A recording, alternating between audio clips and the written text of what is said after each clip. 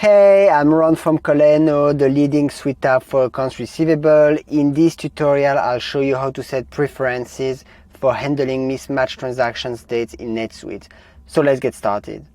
First, I will go to Setup, Accounting, Preferences, Accounting Preferences.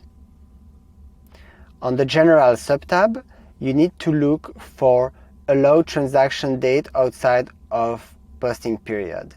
Here you have three options that I'm going to describe, but first, please, if you like this video, give it a thumbs up on YouTube.